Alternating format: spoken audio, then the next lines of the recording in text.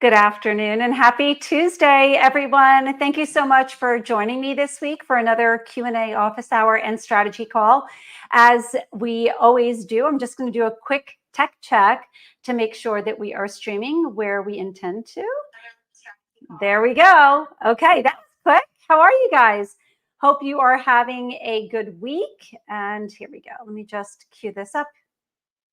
Perfect. Looks like we are ready to roll. Amanda, thank you for joining me. So today we are going to be streaming into our private Facebook group. So for those of you who just joined us, we had a bunch of people join us over the weekend. I hadn't been paying attention. I apologize.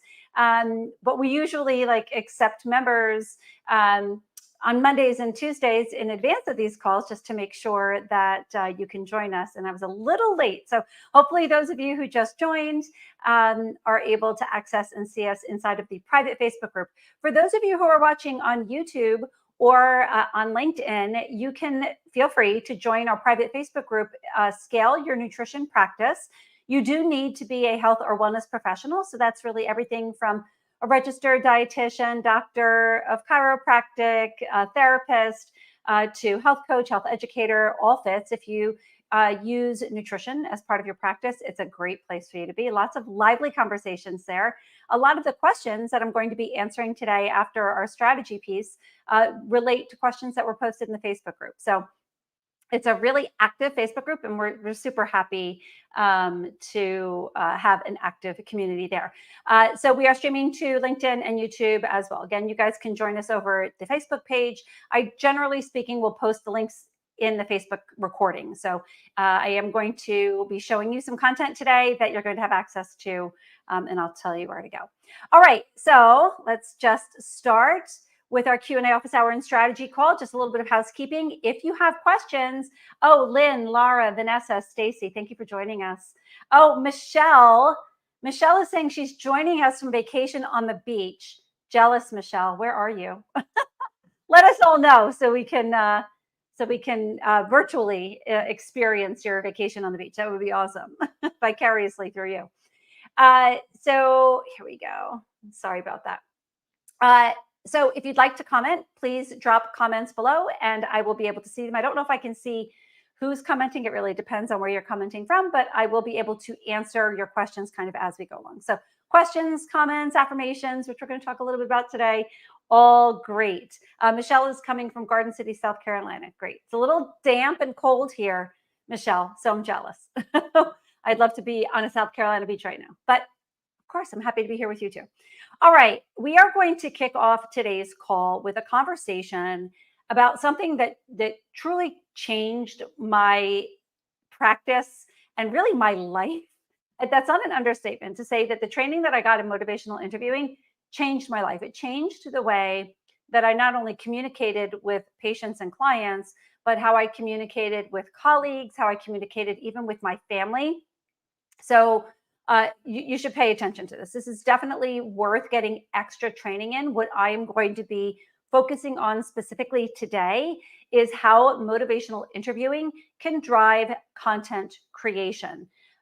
So if you don't currently use motivational interviewing in your practice, this is going to be a game changer for your counseling sessions for sure, but then also can help guide your content creation process, and you'll understand why that happens in a minute. So motivational interviewing, let's just talk about kind of the spirit of motivational interviewing. This, by the way, was a podcast that was dropped today. So for the resource that I'm going to be sharing with you now, you can go to livingplaterx.com, go to the podcast. You can listen to the podcast on motivational interviewing for content creation. And you can also download this resource in the show notes. So when we're done having the conversation, make sure that you grab that. I'm going to share this with you right now. So this is 18 pages long. I could have gone on and on and on, but I didn't. I cut myself off with just kind of the basics of motivational interviewing. It really allows you to, reserve your energy for what can impact the client best, right? Your energy should not be spent telling the client what to do and creating plans for the client. That is exhausting. And in fact, when I took, so my first, let me just back up a little bit. My first experience with motivational interviewing was in my level 3, I think, counseling class at Teachers College, Columbia University. And it was the last, I know now why it was the last class, but it was the last class for a reason, because it prepares you to take all of your knowledge and use it in a way that is compassionate and is patient centered. Right before I took this class, I thought that my job as a dietitian was to tell people what they needed to do to meet their health goals. And I think often colleagues, even not even registered dietitians, like outside, like healthcare professionals in general, sometimes that's what we think we're here to do. Like, we have all the knowledge, we know what our clients need to do, we do the assessment and we plan out this intervention, and it's like go time, right? But motivational interviewing really has you pause and think about, how are you providing that information, in what context, and is that information you want to give your client, or is it information that they want? Right? Like, that's a good question. So this class, nutrition counseling, changed the way that I counseled in my practice. I had been practicing, I not practicing as a dietitian, but I had been, talking to people about nutrition and, trying to give people care as much as I could within my scope of practice before I came in RD. But as soon as I learned motivational interviewing, those conversations changed drastically. And again, the conversations that I had with my family changed drastically. Funny story. My daughter, most of you already know, is also a registered dietitian, also trained in motivational interviewing. So sometimes when we're having conversations, we're like, are you annoying me right now? Because we both utilize the tools that I'm going to share with you today in like our everyday conversations. And it's just super helpful. So your job as the health and wellness professional is not to tell your clients what they need to do. That is truly, it's exhausting. It's an exhausting way to counsel. You burn out really, really fast. Your job is to explore with them what change could look like for them and with them in the driver's seat, right? They're the ones who are going to be making the decision about what they're going to take action on. They're the ones who are going to be making the decision on what kind of content they want. And I'm going to give you a good example of how this plays out, because it plays out for all of us. This kind of mini case study plays out for all of us, probably like if not daily, weekly, where you have a client come in and they ask for a meal plan. It's like one of the first things, like, oh, my doctor told me I needed to see you and I want a meal plan. Now, as a practitioner, you have two choices. You can give them the meal plan, right, which satisfies their perceived need. Now, I want to emphasize that, because they are perceiving that a meal plan is going to solve their problems when it may or may not, right? So you could give them the meal plan and they could be happy for a short period of time. But eventually, if it wasn't the right kind of content for them at that time, it wasn't a good assignment. It wasn't a good intervention. Or your second choice is to use motivational interviewing to explore that question, and really easily. So if somebody comes in and says, I want a meal plan, your response could be, why do you think you need a meal plan? And just pause. Why do you think you need a meal plan? Oh, well, I don't know how to cook. I don't know what foods to eat. I don't know how to manage my symptoms, cooking that way. Like, I just want you to tell me. And as soon as the client starts talking, I want you to register that they're handing over to you all of the barriers that are standing in their way. These are all of the barriers that are preventing them from having success in meeting their health goals. They're the barriers that you need to address. They think that a meal plan will fix that, but in the end, it may not. Now, it may or it may not, but it is likely, if somebody is coming into you asking for a meal plan, it is likely that they need other things, almost 100%. They need other things, other support, other content as well, not just the meal plan. So I want the next time somebody asks you for a meal plan, whether it's a client, a patient, a cousin, a brother, an aunt, an uncle, ask the question. You will be amazed at the response. And it was, I asked that question really weekly when I was counseling. Why do you think you need the meal plan? It's a reasonable question. And people, sometimes when you start practicing motivational interviewing, you can get a little bit hung up until you get comfortable with it. Like, you have to definitely be comfortable with pausing. And we're going to scroll here in a minute. You definitely have to be comfortable with pausing to give the client the opportunity to respond to your question or even your statement. Sometimes you're just reflecting and making a statement. and you have to be silent. And I promise you, you're not going to sit in silence. Like your client will say something, right? And hopefully it'll be something that will give you direction on what type of intervention you need to craft for them or what type of content they're actually ready for. Okay. So who's ready? Who uses MI, by the way? Just type in MI if you already use MI. Type in MI if you use motivational interviewing as part of your practice. Okay, I am going to scroll here. Now, this is an 18-page ebook. It is a guide to motivational interviewing for nutrition counseling specifically. You can access it at livingplaterx.com/podcast. Just go to the podcast page. That very first episode that's listed is going to be on motivational interviewing. Just download it there. Oh, I see a ton of you use MI. So for a lot of you, this is going to be a review of the spirit of MI, its principles, kind of conversations that can happen, and the OARS framework. But what might be new to you is the idea that you will utilize the outcomes of motivational interviewing to drive content creation, right? Again, back to that first example of just giving somebody a meal plan who is not ready for a meal plan is not good. It will backfire. They will get overwhelmed and they might not come back for your services. So this is all in the name of good business, but more importantly, empathetic and compassionate care. All right. So I gave you the introduction of motivational interviewing. Really, the key thing to remember here is that motivational interviewing places the responsibility for behavior change on the patient, where it belongs, not on you. You are not responsible for their change. You are their facilitator. You are their partner. I often spoke to my clients and my patients that way, right? Like, I'm your partner. I am absolutely going to help you, and I'm going to give you the tools and the support that you need to meet your health goals. But ultimately, you are the one who needs to decide what changes you're going to make. You totally need to respect that.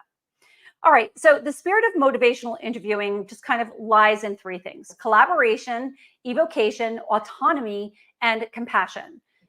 It's collaboration, just like I mentioned. Like, your client is your partner with you in their care. You are there to support them. It's a two-way street.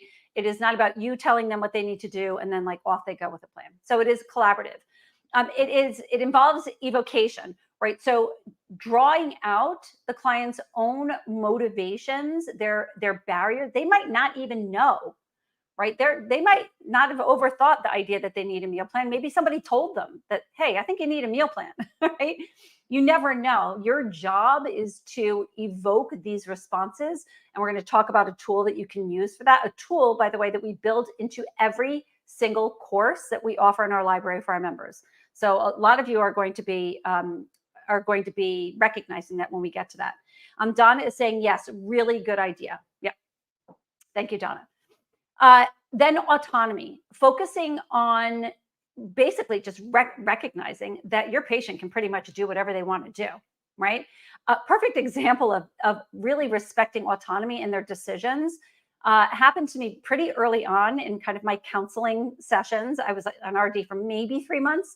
And I had a client, I talk about this client often because it was pretty pivotal for me.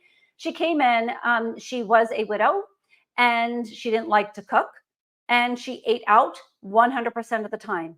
And she didn't like vegetables, but she wanted to be healthier. Right? So I might actually draw on her as an example as we kind of go through this guide, because there were so many tools that I had to pull out of my motivational interviewing toolkit to kind of make this a successful collaborative relationship. But the first thing I had to do was recognize that this is a grown woman who is very clear. She worked full time, very clear on her coming to me and me helping her meet her health goals, but she had her rules, right? And so just recognizing that people have autonomy. Barbara, welcome. Thanks for joining me.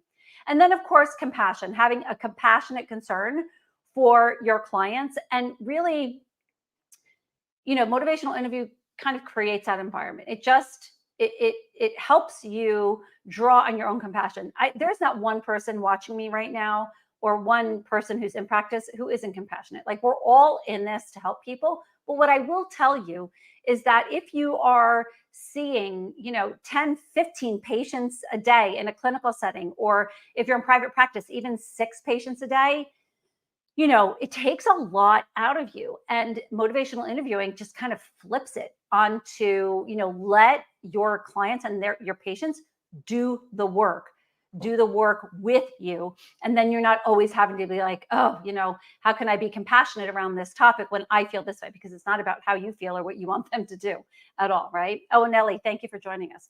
So the spirit of MI lies in collaboration, evocation, autonomy, and compassion. Everything that we're going to be talking about today kind of rotates around that.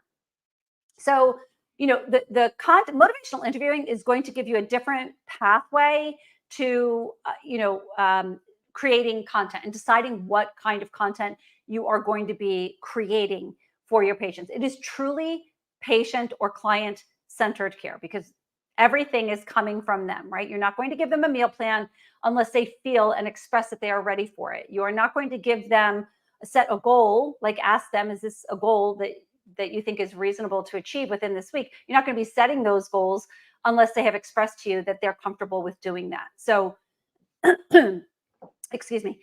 So you just want to make sure that you're using MI regularly in the appropriate way that we're going to cover today, with also thinking about, okay, what resources am I going to give this client that will help them and not overwhelm them? So number one, if you start issuing content without exploring people's, motivations and their barriers and exercising your motivational interviewing skills, you run the risk of overloading them with content. So using MI will help you avoid that. You're going to enhance relevance, right? None of us practice, I'm pretty confident, none of us practice cookie cutter kind of nutrition care, right? Not everybody gets the same thing, but sometimes we have like our heart health bucket, our oncology care bucket, our cholesterol bucket. Like we have all of this different content that we can give for clients who come to us with these diagnoses. But I encourage you to really explore the differences in each one of your clients and enhance the relevance of the content that you're delivering to them. It will just resonate with them so much more. It's going to help you build rapport with your clients, no doubt. It's going to empower the client because they're the ones who are actually going to say, I'm going to do this, versus you telling them you are going to do this. So it empowers them and really gives them agency to make the changes themselves. And it allows for kind of adaptive guidance. So it allows you, the practitioner, to adapt the support as their needs change, really making it dynamic and responsive. So this really refers back to, excuse me, revisits, right? So a client sees you for their initial visit and they go on their way with whatever was appropriate for them, but then they come back. Did it work? Didn't it work? That's part of motivational interviewing. Let's talk about that. If it didn't work, tell me why it didn't work. Why were you not able to make a snack every day to take to work? And then tackle that problem first before moving on to something new, right? So adaptive guidance is one of the benefits of using MI, because every time you meet with a client, you're always going to explore what happens. Did they perceive it as, moving them closer to their goal or not? And then how can we tackle that? So it helps you break it down really easily. Okay. Now we're going to move on to the 4 core principles of motivational interviewing. These are empathy, autonomy, excuse me, rolling with resistance, and developing discrepancy. I'm going to tell you right now, excuse me, the empathy comes really easy for most of us. Rolling with resistance was my absolute favorite tool, but it was also one that I needed to practice more frequently because I don't like conflict, right? If a client, I mean, how many times, raise your hand here, if you have ever had a client come into your counseling room or on the Zoom and say, my doctor made me come here. If you are if you are credentialed with insurance companies, that can happen more frequently than we want it to, right? That I took insurance in my practice. So I unfortunately heard that. My doctor told me that I needed to come here. Okay, well, where do we start? We start with kind of rolling with this resistance. It sounds like you might have concern that about being here, that I may or may not be able to help you, and you just kind of explore it from there, right? Hillary is saying, lots as a coach. That's happened to me. Yeah, my doctor told me I had to come. All right, these are the core principles, and they're going to serve as your foundation for your client-centered approach. If it sounds like a lot of you already have experience with MI, but I really encourage you kind of after our session today to pick one of these and really the more you use something, one of these tools, the more you're going to get comfortable with it. So identify which ones you're already comfortable with, and then maybe pick one of these. Maybe it's the developing discrepancy, which does take a little bit of a higher skill level. You have to be a really, really good listener to do that. Maybe that's one you're going to practice. So, and if you are new to motivational interviewing, pick the easiest one and get started. All right. So empathy is our first principle and involves creating a non-judgmental and empathetic environment, right? They need to feel heard and understood. And this will help you build trust and rapport with your clients. So here's our in-practice sample. Imagine you're counseling a client who's struggling with weight loss. Instead of offering generic advice like, none of you would ever say this, but clients have heard this from their physicians, you just need to eat less and exercise more, and you'll lose weight, right? Not empathetic at all, right? Maybe the healthcare practitioner says, it sounds like you've tried a lot of different strategies without much success. That must be really frustrating for you. That is not a question. That is a statement. I promise you, if you pause, your client will respond, and they will respond warmly to that, right? So you are basically acknowledging their struggle, and what you're looking for when you're using the empathy tool is an emotion, right? So frustration. If somebody is frustration, acknowledge that immediately. And this happens really well. This works really well in the beginning of a session. So let's continue the conversation. The client might say, yes, it's super frustrating. I feel like nothing works for me. Your follow-up, you continue with the empathy. I can only imagine how discouraging that must make you feel. What do you think has been missing from the approaches that you've tried? Now, as a practitioner, you are digging a little bit deeper into what kind of solution you might want to create with them. Client, I think I've been trying to make too many changes at once and I get overwhelmed. Boom. There's the barrier that you need to address. I often call us as a community barrier busters, right? Listen for the barrier. That is a barrier. This person is overwhelmed and they just try and make a 180-degree turn and it never works, right? So your follow-up is, it's common to get overwhelmed with so much information. What would you think of focusing on just one behavior change you feel confident making with my support? What would you think of right? Super empathetic, open-ended question, and it encourages a conversation about a possible solution. So I'm asking them permission, like, what do you think? Like, maybe we can just do X to get you started. And so anyhow, I love the way that these conversations unfold because they really are joyous. And again, will set you free from thinking I've got to solve their problem. This client is going to solve their own problem. So here are some MI practice prompts. This is a fillable PDF. When you download it from the show notes in the podcast, you're going to be able to fill this in. So I encourage you to do that. If you are a dietitian and you have interns, this is a great exercise for them to do if they're working with you in your practice.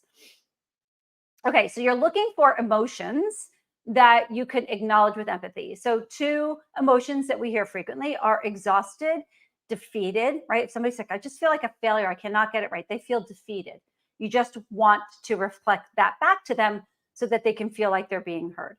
The effect of using empathy as a tool is that it's going to acknowledge their struggle, it's going to acknowledge their emotion, and you're just creating a really beautiful space where they feel like they're heard, and it helps you create rapport, right? Puts you on the same team.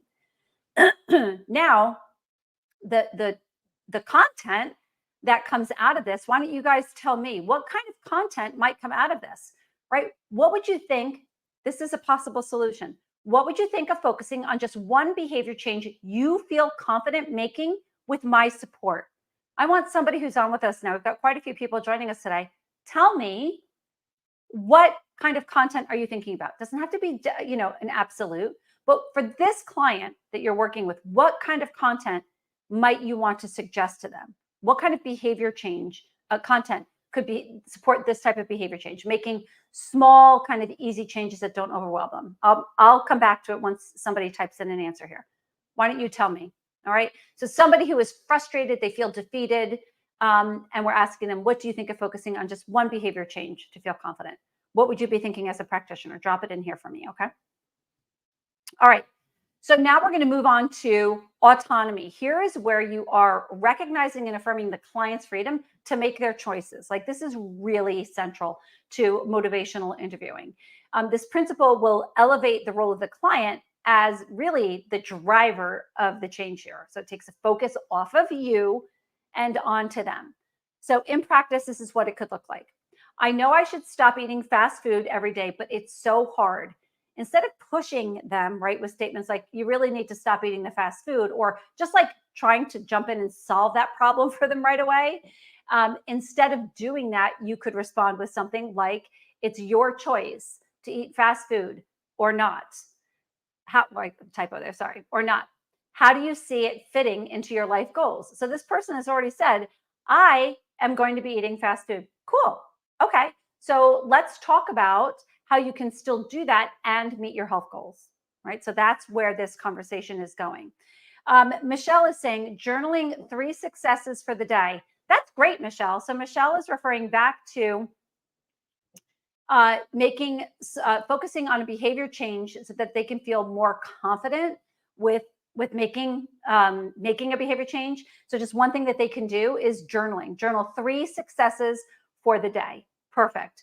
I like that number 3, Michelle. Sometimes with clients who are overwhelmed, I would say, what would you think about perhaps making 3 no-cook snacks this week? How would you feel about tackling that? What would your level of confidence be there, right? Exploring that. So that's always a really good number, something that's pretty digestible, pun completely intended, and totally doable. Okay, so here's a conversation script for autonomy. It's your choice to eat fast food or not. How do you see it fitting into your life goals? Possible response could be, I know it's not helping me get healthier, but it's just so convenient, like they're already connecting with you. Follow up. Convenience is important. I've reflected it back to them, especially with your busy lifestyle. What are some convenient options that you think would also align with your health goals? So this client is going to be eating fast food. Now we're turning toward, how can I help you since you've made that decision? Maybe some prepackaged salads or healthier takeout options. They've solved their problem, and now I'm going to confirm that. Those sound like great options. Tell me about takeout options you have near your work. We're getting closer to a solution, right? Now, this was very similar to that client that I shared with you at the beginning of our conversation, where she was just like, I'm not cooking. I'm doing 100% takeout, breakfast, lunch, dinner. I work full time, and I don't eat vegetables, right? So I actually did ask her, where are the places near your work where you eat out? We got the menus, right? We looked them up online, and we decided quick, right? Let's just do lunch right now, because that's what she was ready for. Let's just pick 3 lunches for this upcoming week. And those menus became the focus for our counseling sessions. Every time she came in, we would pull them out and saying, okay, how's it going? And she met her health goals. So she was super, super happy, and she felt heard, right? Raksha is saying, pick one easy goal, which will bring a positive outcome. It brings a sense of accomplishment and increases confidence. Yes, perfect. Raksha, that's great. Reflecting back to the conversation that we had about empathy. Yep. Just pick one easy goal, right? And ask them, saying, what would you think of this, right? Because you've got lots of things in your toolbox, especially if you're a Living Plate RX member. You've got lots of things that you can use. Okay, so here are some prompts that you can practice for the autonomy principle. You want to write some sample responses to, and I just gave you a few examples. I'm sure you can think of dozens more. But the example here is really about somebody's desire for fast food. Like, they don't want to cook, right? So you can acknowledge that, it sounds like cooking is just not enjoyable for you. I get it. And there are a lot of people who don't like cooking. What if ... right? So helping them find a solution, or what kind of no-cook options do you think that you can bring into your house that would help you meet your health goals? Like, make them work, make them think. Here's another one that I used to hear often. I enjoy wine with dinner. I'm drinking wine. Don't tell me I can't drink wine. Okay. So you're going to drink wine with dinner. My responsibility as a practitioner is to share with them what the recommendations are, especially if they've been touched by cancer, because the recommendations changed there. But if they make the decision that they want to have a glass of wine every night with dinner, we can talk about what that looks like in the context of meeting their health goals. So essentially, with autonomy, you are affirming their freedom to make choices, right? but still meet their health goals. That's your job, is to make sure that they can still do some of what they want to do or all of what they want to do and meet their health goals. So the next principle is rolling with resistance. Again, my favorite principle, because I don't like conflict. It's just my personality. I prefer everything to be really nice and sunny, glitters and rainbows, but didn't always happen with clients, right? We reflected on the client who would come in to say, my spouse told me I had to come here, right? So that's always really difficult to navigate. So rolling with resistance is a tool that you can use. So for the client who's resistant to some type of behavior change, this is what it could look like in practice. Let's say somebody is pre-diabetic and they've come to you to help manage their blood sugars. And you can see based on their assessment that they don't eat a lot of high fiber plant foods. So one of the goals might be to increase intake of high fiber plant foods.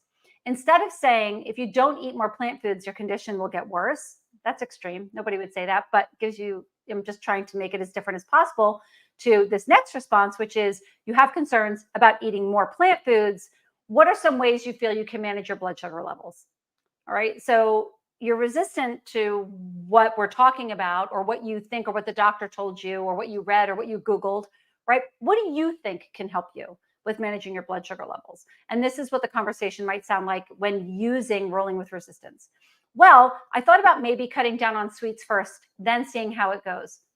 Perfect, right? Your response. That sounds like a reasonable starting point. What would that look like through the course of your day? So again, putting it back on them, let them do the work.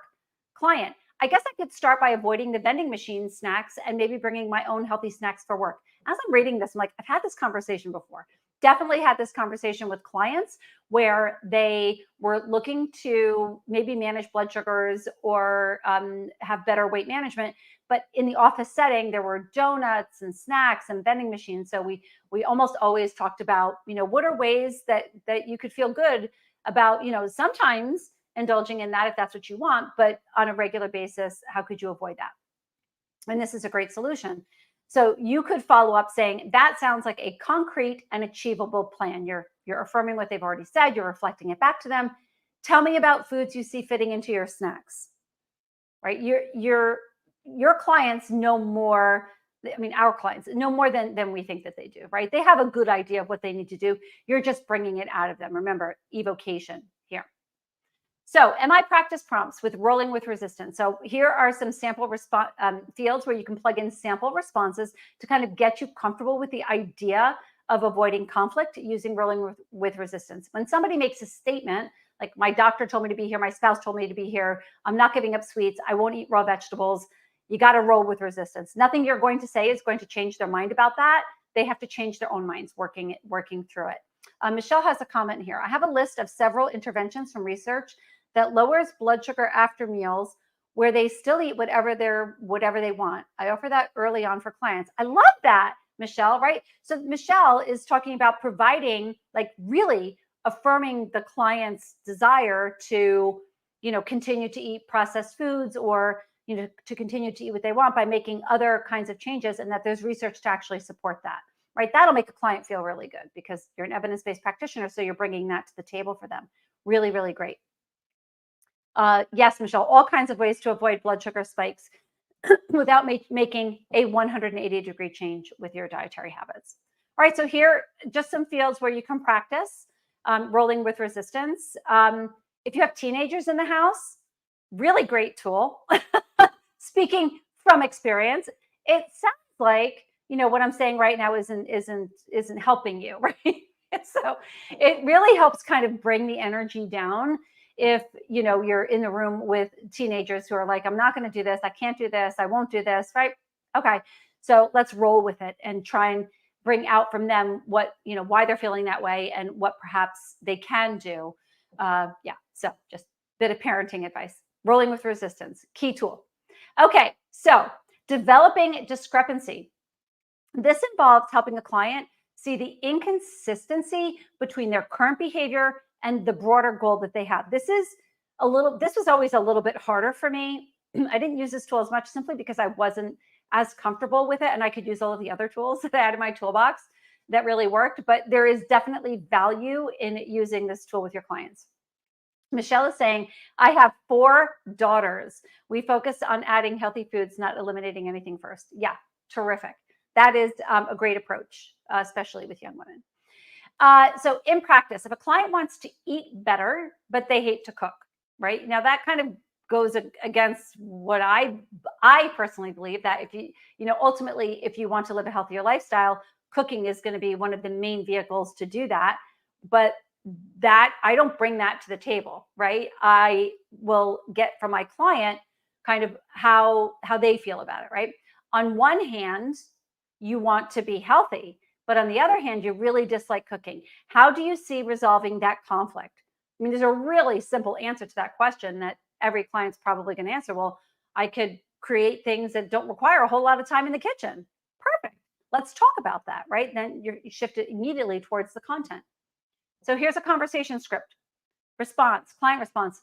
I don't know. Maybe I could try some simple recipes or meal prep on the weekends. Now it depends. Like if your client really doesn't like cooking or just hates being in the kitchen, meal prep is not going to be something that they desire. But maybe this client hinted at maybe wanting to cook a little bit more. They don't like it so much, right? So simple recipes, no cook recipes, meal prep on the weekends could be something that they can tackle. A follow-up response. Meal prepping could be a great compromise. It aligns with your goal of eating healthier while minimizing your time in the kitchen. How would you feel about taking that as a first step? So now as a practitioner, you're focusing in on one behavior, meal prepping, that you're going to have them engage in, and then your support, your content is going to feed into that. Here's additional follow-up response. Starting something new can definitely feel, oh, wait, let's go back. Client response. It sounds good in theory, a little bit more resistance here now, but I'm not really sure where to start with meal prepping. Starting something new can definitely feel overwhelming. I've acknowledged what they've said. What do you think if we started with planning just snacks for the week, some simple no-cook recipes? That might fly, that might not, but that seems like a reasonable place to start. And so you can kind of go with that. Okay. So here are some practice prompts for developing discrepancy.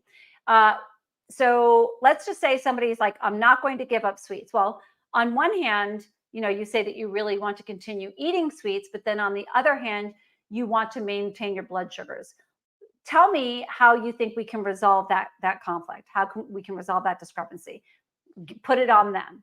They'll come up with a solution. They'll come up with a solution, and they might, sometimes they'll say, "Oh, I don't know." Maybe you have to prompt them a little bit, but they'll come up with their own solution here. Somebody might say, I love soda and I still want to drink it. Okay. So it sounds like you really like drinking, sugar sweetened beverages like soda. But on the other hand, it's not helping you with your weight management. How do you think that, what kind of a decision can you make that might support you with meeting your health goals while still being able to drink soda, right? Now, of course, we have tons of really great options on the market for either lower sugar or no sugar kind of fuzzy drinks for them. So lots of resources that you can give them. In the Living Plate RX library, there's plenty of options for unsweetened beverages for them. So the effect here is that by highlighting this discrepancy between the goal and like a current behavior, you're making them come up with a solution. You're showing them the gap, like you're telling me that you're doing this, but you want to be here. So let's close the gap, right? So it's not about blame. Like you're saying you want to do this, but then you want this. So what's the deal? You're actually just creating the discrepancy, and then you're going to collaborate with them to come up with a solution and close that gap. Okay. So I hope that was helpful for you, just kind of reviewing the principles. Again, you have access to this 18-page ebook. So go ahead and get that at livingplaterx.com on the podcast tab. So now I want to talk about the OARS framework, because as we talked about, like as we went through those scripts together, I did use a lot of the OARS framework. And again, these are tools that you have in your toolbox to support you with putting the principles into action, right? You need to master open-ended questions. You need to master affirmations. Affirmations are like that's low-hanging fruit, right? That's just basically celebrating successes. And we need to do that often. Reflective listening, a little bit more difficult because you do need to listen. And as with the summaries too, you need to listen really carefully. And I'm going to share with you a trick that I use for that. So we'll start with open-ended questioning. Now, the OARS framework, some of you might recognize, is at the beginning of every course collection that we offer in Living Plate RX. So if you are offering a course on, let's say, nutrition and reducing cancer risk, and you have a 4-module course, right? You are conducting that probably via Zoom. It's kind of like a mix between online learning and then interactions with you. But you are going to be in front of your clients and your students multiple times, right? This is where the OARS framework is really, really valuable. And so it doesn't always have to be like in-person care, right? It can be in a group setting as well. The OARS framework is at the beginning of every facilitator's guide. So I take you through like, what are some icebreakers, open-ended questions that you can do to facilitate conversations in a group setting? What are some, how can you use reflective listening? And then you start using the OARS framework to put the principles into action in a group setting and create rapport with everybody. It's a fantastic and beautiful thing when you can make this work. But you do need to be aware of the OARS. Again, open-ended questions, affirmations, reflective listening, and summary. So let's start with open-ended questions. So these are questions designed to give you an answer that's not a yes or a no, right? So you want to avoid dichotomous questions like that would give you a yes or a no, right? Do you eat breakfast every day? Yes. Okay, tell me about the breakfast. Tell me about your workout routine. Tell me about the breakfast that you have. What does it look like? Those are open-ended questions that will give the client space to expand. So instead of, I'm going to give you an in-practice example here. Instead of asking, do you eat 3 meals a day? Do you eat plant proteins? Do you like tofu? Those are all yes, no. You want to avoid that. Here are some sample questions that you could ask, right? Can you walk me through a typical day of eating looks like for you? I actually found that was a pretty overwhelming open-ended question for most people. So I would just do it meal by meal. Can you tell me give me your like top 3 breakfasts, and we'll talk about, what preparation looks like for you. What are some challenges you face when trying to make healthier food choices? How does your current eating pattern align with your health goals? If you could change one thing about your nutrition habits right now, what would it be and why?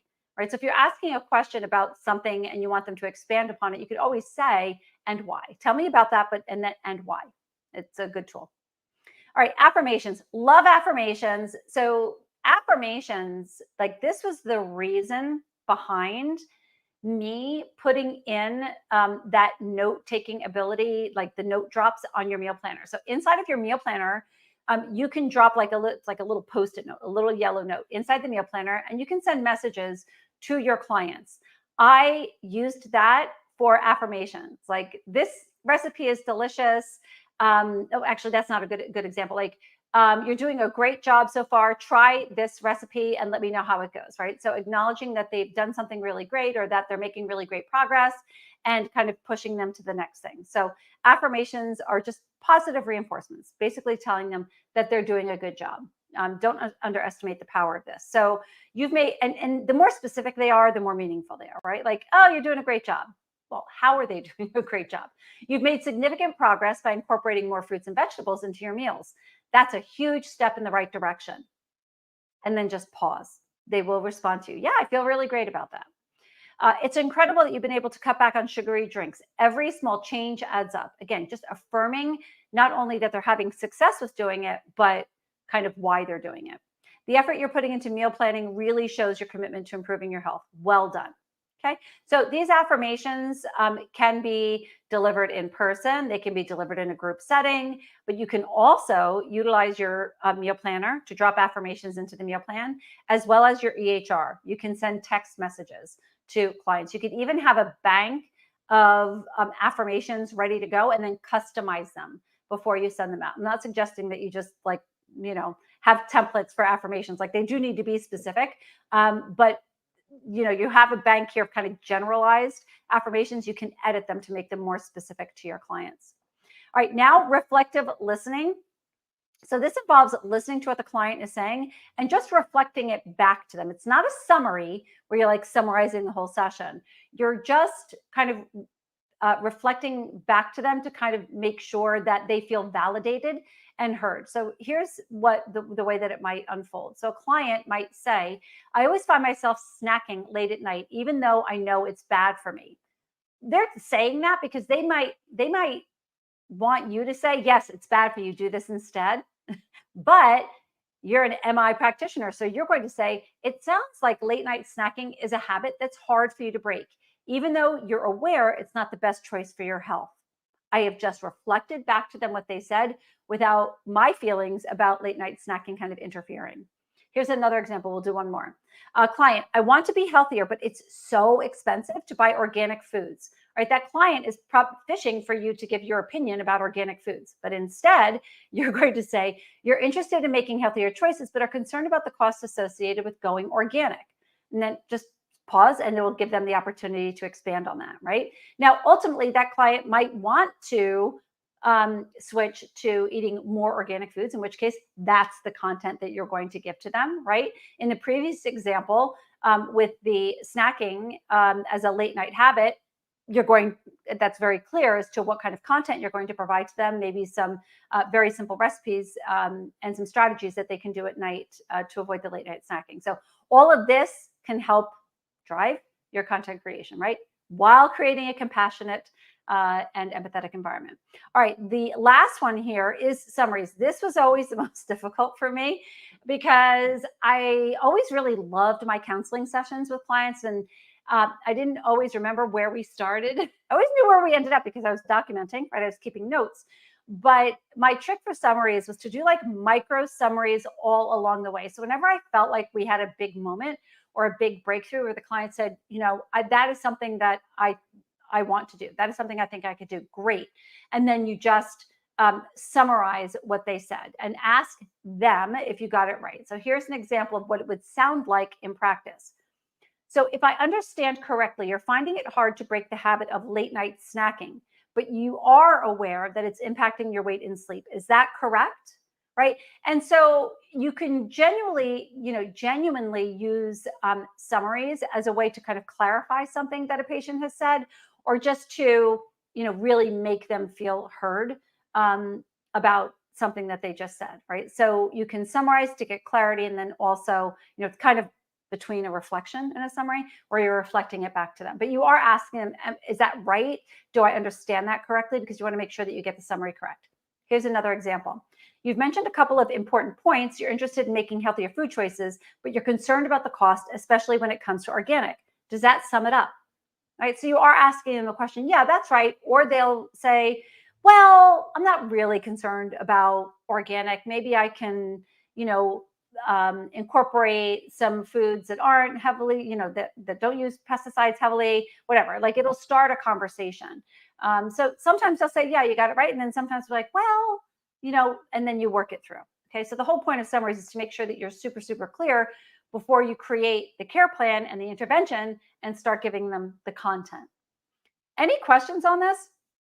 Donna's saying she actually struggles with that herself. She really dislikes cooking. Going back to somebody who said, I really don't like cooking. It's not for everybody, right? For a lot of reasons. So you have to find ways to work with clients to meet them where they are, right? And to almost always, there is a way, there is a path to achieving health goals while still, recognizing that the person's autonomy, especially if it's a behavior that, you feel pretty passionate about, right? If somebody comes in and says, I don't cook, I don't like vegetables. Wow. That initially was really, really hard for me, but you know what? That client had success. And so I felt really good about our interactions. And she was a long time client. All right. So if there are no more questions about motivational interviewing, make sure that you visit the podcast link, the podcast tab on livingplaterx.com and download that resource for you. Really, really great resource. Okay. So let's move on so we just covered the ORS framework. Okay. So we're going to move on to frequently asked questions now that we're done with kind of the strategy portion. So for those of you who are Living Plate RX members, these are questions that have been coming in throughout the week, past 2 weeks, really. If you're not a Living Plate RX member, stick around and we can show you around. All right, so I need to open up a link here to take you into the library. So good news is that we have, let me just open this up. And I'm going to minimize myself once I get this page open. Here we go, so that you can see the bigger picture.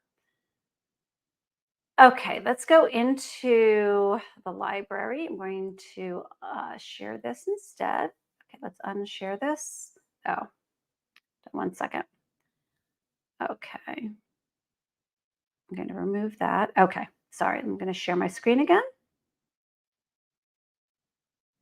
Okay. Okay. Now, so the library, there it is. Here she blows. There it is. Okay. So you can see that I'm going to minimize myself so that you can get a full shot of this. So I also forgot to plug in my computer. Hold on 1 second.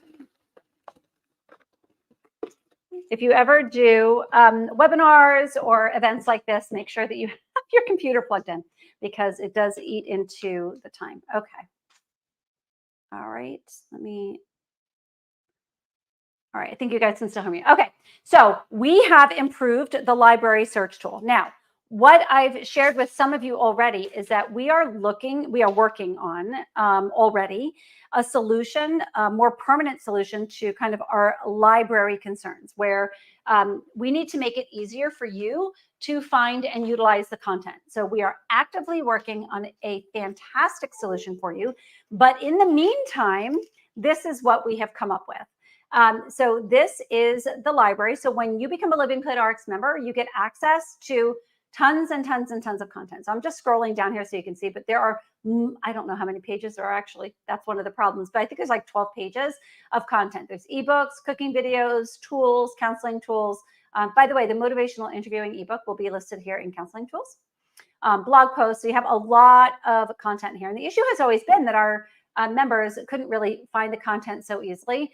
So we have created this library search tool. And now I believe almost every piece of content, let's just type in chia seeds because we do quite a bit of chia seed content. Almost every piece of content is now an active link.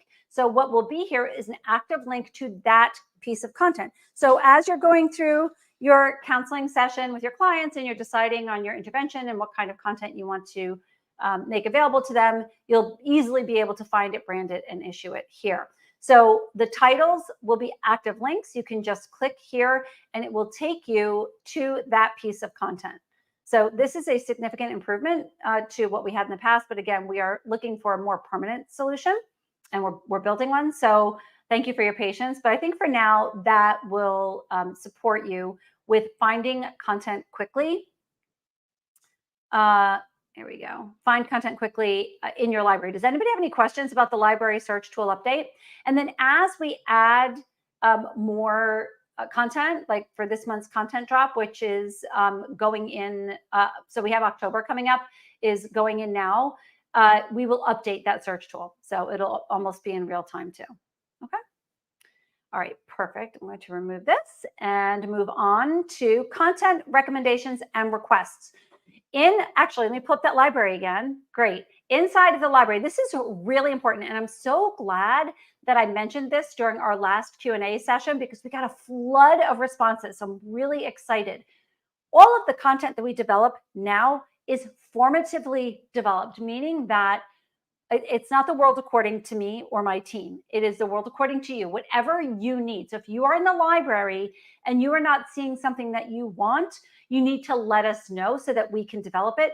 And that is going to be dropped here. So you just go to the front desk. I'm going to access that content and you'll see here the suggestion box. There is a link there for you to drop your suggestion.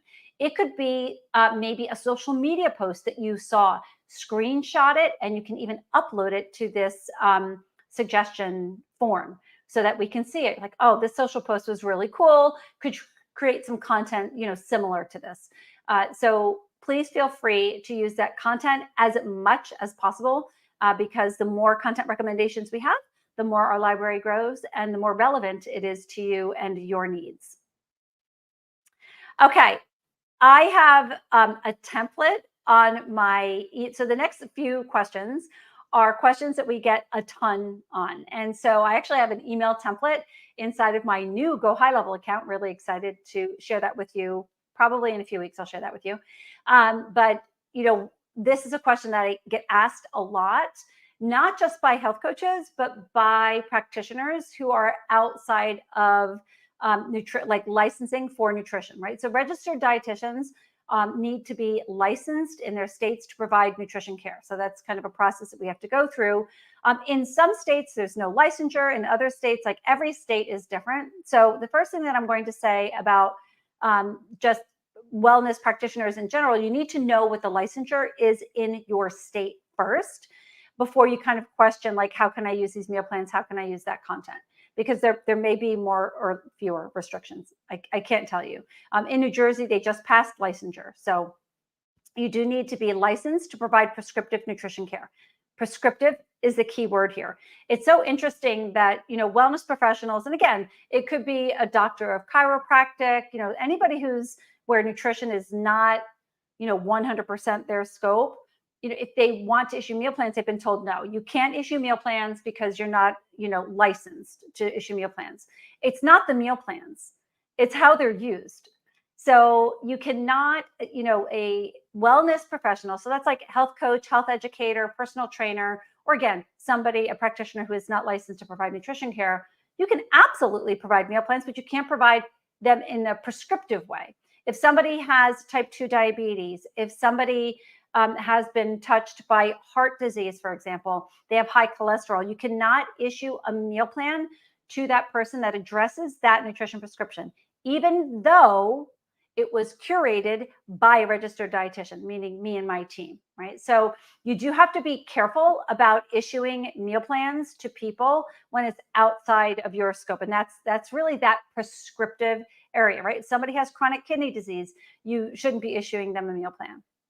Right. But if you want to support people with healthier cooking and just living a healthier lifestyle, then sure, you can provide a meal plan, and recipes, but it's more about the prescriptive nature and the way that you're using the meal plan. And this applies to all content, which is why we have a healthcare library and a wellness library. They're 90% identical, but what the healthcare library will have in it is prescriptive content, such as heart disease, diabetes, and like chronic kidney disease, right? So more prescriptive, right? Is that making sense? Okay. Matali is asking a question. Is there any concern with selling rebranded ebooks online? Can there be duplicate content being sold by different practitioners? Oh, that's a really great question. So let's talk about that now. So when you get access to tons of content as a member, right, Matali? Some of your content is used in the public facing arena, right? So like social media or an opt-in, a download, like any kind of public facing. And then you have content that you use in practice. Let's start with the in practice content first, because that's easiest.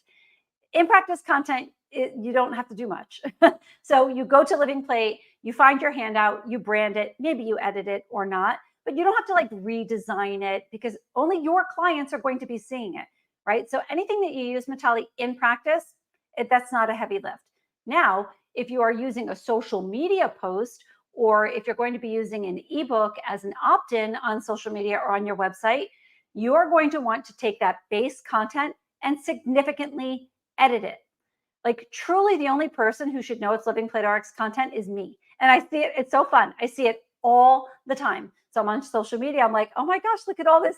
Look what she's doing. Look what he's doing with all of this content. It's amazing to see, and it can be accomplished. You can do it yourself, or you can get the support of a virtual assistant to, you can say, here's my brand kit. This is my brand. These are my colors. This is my logo. This is my audience. I need all of that reflected in this ebook, and have somebody rework it for you. Or again, Matali, you can rework it yourself. Any public facing content needs to look very, very different. And that is how we answer the question of, well, if I become a Living Plate RX member, aren't I going to be using all the same content as everybody else? Well, yes, that's how licensing works. And that's how doctors and hospitals have been operating literally for years and years and years, right? It's like our turn now. We've been creating all this content on our own for so many years, and it doesn't work, right? It's exhausting to do that. So you have access to this content. Public facing content needs to look very, very different, Matali. So like if you're doing a social media post, let's say you do a carousel, right? On what is inflammaging. We just published that last month. What is inflammaging? It's like a 6 carousel post. You don't necessarily have to totally rework the 5 pages, but that cover page that's going to be seen and on your Instagram feed, yes, you should make sure that that is totally rebranded for your practice. All right. So I hope that makes sense. So public facing, just change it totally. Keep the content the same. The content is always the same. It's evidence-based content, right? But just rework it. You can change the fonts, the colors, the imagery, and then also the language, of course, to fit your ideal customer avatar. You want that to resonate with them, right? And we did a training on AI. You can use AI to help you do that. Vanessa is saying, where would you direct them for Living Plate RX content? To MD. Vanessa, prescriptive content. Okay, Vanessa, that's a very good question. So if you are a health coach and you have somebody who you're working with who does have a diagnosis and requires a nutrition prescription, you can partner with a registered dietitian. We did that all the time in our practice. So we would partner with MDs, health coaches, personal trainers, and we would support them with that prescriptive content. So Vanessa, you can do that. Now, if you have a partner who you partner with like greatly, like you do a lot of work together, you can actually create 2 Living Plate RX accounts, one for them and one for you, but you would manage both. We have plenty of people doing that as well. Hope that makes sense. Lisa is asking, is there an easy way to rebrand the cooking videos so that it's not similar to another coach's post? Yes, Lisa, if you go into the cooking video section in the library, we give you directions on adding an intro and an outro, right? So you can change it however you can put it, whatever kind of introduction you want. We don't give you access to the raw video because editing raw video is not time well spent, right? That is not time you should be spending. Like it'd be easier just to shoot a new video yourself, but we do give you directions inside of each cooking video on how to change the intro, which will be your brand, and the outro. You can also change the music if you would like, right? You can put an overlay color. You can add text. You could actually add like text overlay onto the cooking video. You can't actually change the content of the video though. I hope that was helpful.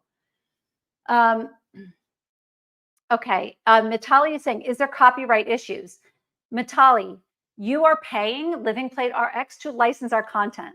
So no copyright issue. There's a copyright issue if you don't maintain your membership and you still use the content, right? That's copyright infringement. You're actually paying for the rights to use this material. So no, there is no copyright issue. Hillary is saying the first 2 pages on the carousel because Instagram will show the second page if the viewer doesn't acknowledge the first. Great point, Hillary. Thank you for noting that. So if you have a 6 carousel post, then change the first to 2 significantly to reflect your brand. I mean, we have some practitioners who are truly doing a brilliant job with this. They're just, they create their brand book, right? Their brand board workbook, their identity, like what imagery are we using? What colors? What's our logo? What's our fonts? And they're infusing it into the social media. Like once you do that and you do it consistently, it becomes very, very easy. Hillary, thank you for that recommendation of doing the second page of a carousel as well. Lisa's saying, oh, cool, thanks. Great. All right, so next question. So we've covered health coach scope of work. We also covered kind of like what copyright and licensing is. Actually, Mitali, on my Instagram feed, I pinned a post because I thought it was really important to explain what is white labeled content. And that kind of addresses the copyright issue as well, right? You are paying for access to the white labeled content, so you don't have to worry about copyright. Okay, so Living Plate RX versus the competition. Get this a lot. We have a lot of people who are coming to us from other, mostly meal planning systems and software because we right now are the biggest provider of like the content, like the library content. So we rarely get questions on that. It's mostly about like the meal planning and how is Living Plate RX different from the competition. So I'm just going to summarize it for you here pretty quickly for those of you who are new. Congratulations, you made the right choice because we provide you with incredible value. I would say the first thing I would tell anybody, like, how are you different from everybody else? Number one, we provide incredible value. So when you purchase a Living Plate RX membership and a license to use our content, you not only get the SaaS, which is the software as a service meal planner, you get an entire library of nutrition education and culinary content that continues to grow. Okay, so that's number one. Number two, we are very invested in your professional development. So everything from marketing to practice, like motivational interviewing, like we're in it to support you overall in scaling your practice. And that means a lot of different things. It's not just content. It's not, you're not going to grow a practice with the meal planning platform alone. It's not going to happen, right? You're not going to be selling meal plans kind of as passive income and scale your practice. That's not true. You need a lot more. And so what we provide you is like the total solution, right? Like we're the total content solution. So giving you support from counseling tools, marketing tools, business tools, videos, everything that you need, all for kind of like that all-inclusive price, right? Also on the professional development side, our members, now for those of you who are new, this is going to be new information to you. For those of you who are not new, this is also going to be new information to you in terms of how many CEUs we're going to be providing you with. So for those of you who are not required to get continuing education units, you know, the professional development trainings, like they're just good for business, right? So you have access to all of this training. You're joining me here today for the Q&A. So you're taking advantage of this, and that's great. For our registered dietitians and also other healthcare professionals, we're required to maintain our credential to do continuing education units. We are providing, as part of membership, 15 per year. 15 continuing education units per year. That's a lot. That represents 15 hours of professional development, and it is included with Living Plate RX. So that is something that you can look forward to for every year to come now. So we are going to be making it public now that that's what we're going to be doing. But for those of you who are joining us new, like for some of our members, that pays for membership alone, right? Because you're getting the 15 CEUs per year. And the reason why I chose 15 is because for registered dietitians, we need to get to a certain number in 5 years, and that pretty much covers it. So you will be able to, one of the biggest differences for those of you who are already members and know, one of the biggest differences now is going to be that you're going to be able to select from a library of continuing education trainings what's relevant to you, right? If you are interested more in culinary or marketing or genomics or nutrition support or oncology care, you're going to be able to pick from a library of continuing education up to 15 units per year. So that is really big news, really excited to share that with you. And another way that we differentiate ourselves from the competition. So really excited. And I think that was it. So really just overall how we're different from the competition. We're way more than meal planning because we don't believe that you're going to be scaling your practice or really changing your clients' behaviors with meal planning alone. You need so much more. You need training and you need a variety of really dynamic content. And that's our commitment to you. Matali is asking a question. What is the best way to ask questions, Facebook group or email? Good question. You know, you get us where you can, Matali. You know, I'd say that, you know, if you're putting something out into the universe and you want feedback from colleagues, the private Facebook group is a great space to do that. If you're having like an issue, like if it's a critical issue, like, you know, the meal planner is not working or something's not working, you can message me on Facebook, on Instagram. You can email as well. We also have the chat feature now inside of the dashboard. We have a chat feature on the website. Like you can find us if you have a question and we will put you in touch with the right person. We have been growing at a very, very strong rate for the past 6 months now. And so we're bringing in more people to support us with customer service. So for those of you who have experienced a delay, I apologize, but we're getting better at that now. But we were just going through a little bit of growing pains, which is a good thing, right? Hillary is saying that's great for board certified health coaches as well. Excellent, Hillary. Yeah, and it's going to be so much fun. You're basically going to be able to go shopping for your professional education, you know, for the year, and you can, you know, every month take a different one, which is super fun. Okay, so Wendy is saying, when will the plant-based content be ready? Wendy, the plant-based content is ready.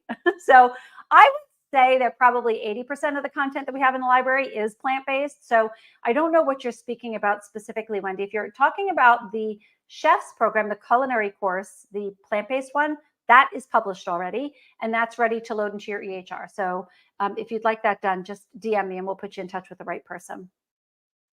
Okay. Next, how long into the future can a meal plan go?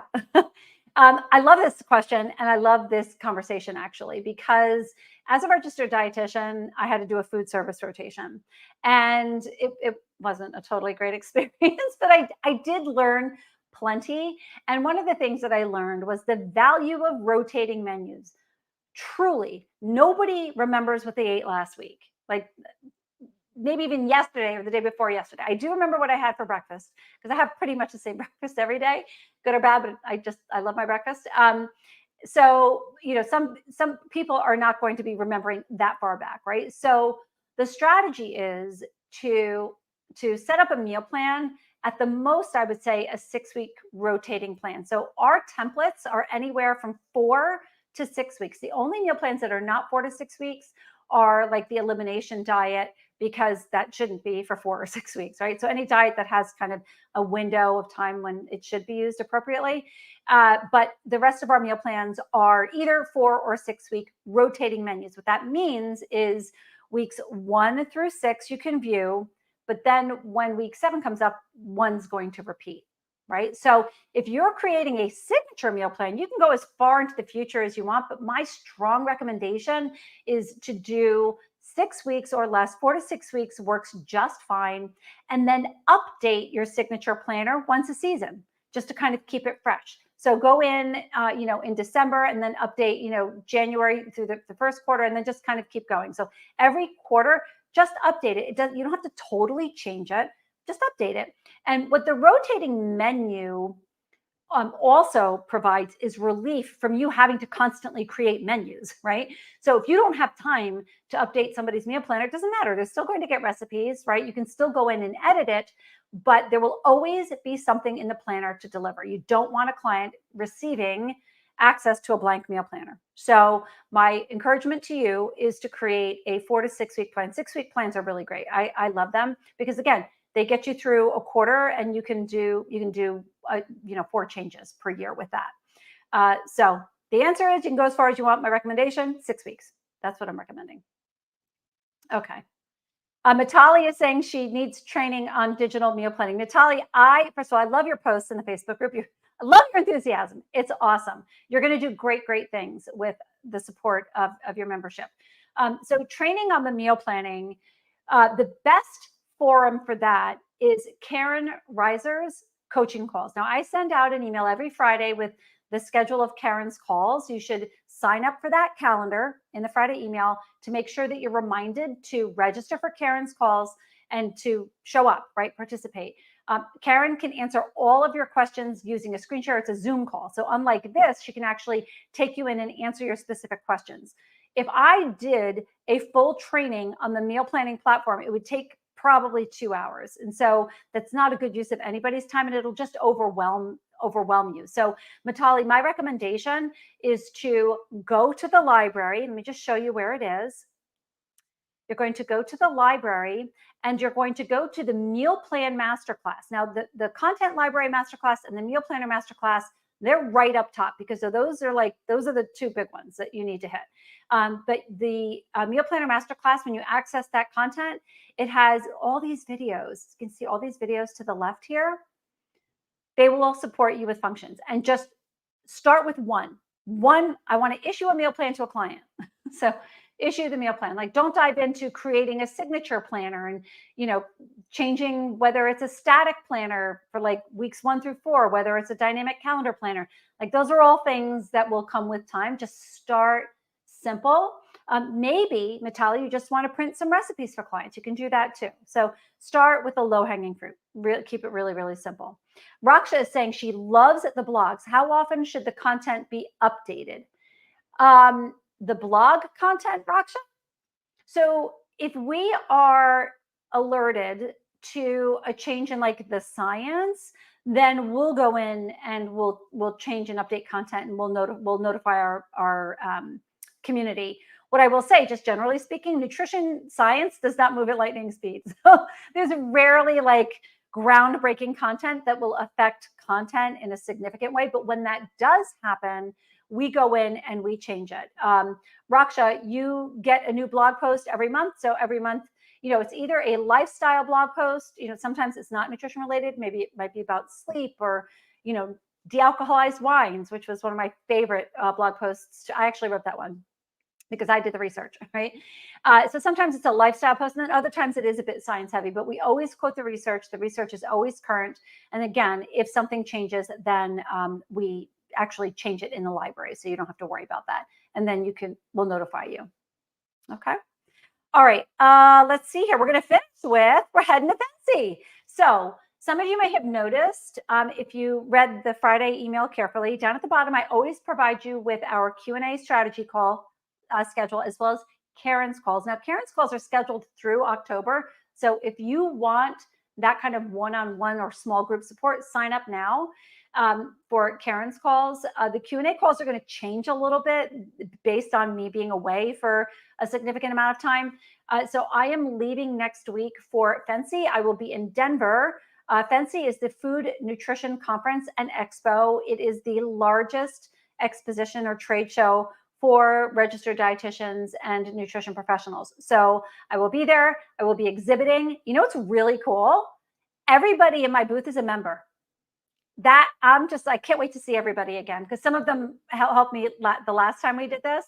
Running a booth at the Food and Nutrition Expo is it's intense, really, really, really intense. And so having the support of my community members there with me, it means so, so much to me. So I'm really excited. I'm going to be doing a lot of broadcasting from the booth. So instead of doing a Q&A call in 2 weeks, that's what you're going to be seeing. So I'm going to be showing up a lot inside of our private Facebook group and on Instagram, but it's going to be, different kinds of content. Oh, Raksha, thank you so much. Okay. If you are going to FNCE, you must let me know, because we're having a party and we want you to come. So let me know if you're going to FNCE. I'll make sure that you get an invitation to that party. And if you're not going to FNCE, maybe next time, or maybe at Today's Dietitian, you can join us. Today's Dietitian is in May. We will be exhibiting there as well. And that's in Salt Lake City. And then I think we're also going to be at the Integrative Practitioner Conference, the Integrative Healthcare Symposium in New York City in February. So if you're in New York, you can catch up with us there. Raksha is looking forward to FNCE. Yes, Raksha, I'm looking forward to having you there. It's going to be my pleasure. Okay, perfect. Hillary said she can't wait to see all the broadcasts. Yes, Hillary was with me in New York, and that was quite an experience, Hillary, wasn't it? We had a lot of things happen that were required that we be really scrappy. But let me tell you, our community members, really scrappy. We got it done and had a great show. So again, if you are heading to FNCE, please let me know. We have all the work and kind of the help, the support that we need for the booth. But we are going to be hosting like meetups and coffees. And then of course we're having this open house party that we want to make sure that you come to. Okay. Hillary is saying, if you need support in February, let me know. Yes. I'll let you know if we're going, Hillary. That would be great. And I have the lights. We got the lights. Okay, everybody, thank you so much for joining me. The motivational interviewing ebook is going to be in 2 places. For members, I'm going to be loading it this afternoon into your counseling tools section in the library. And then for those of you who are not members or who have not listened to the podcast yet, go to livingplatrx.com, go to the podcast, and you can download it in the show notes.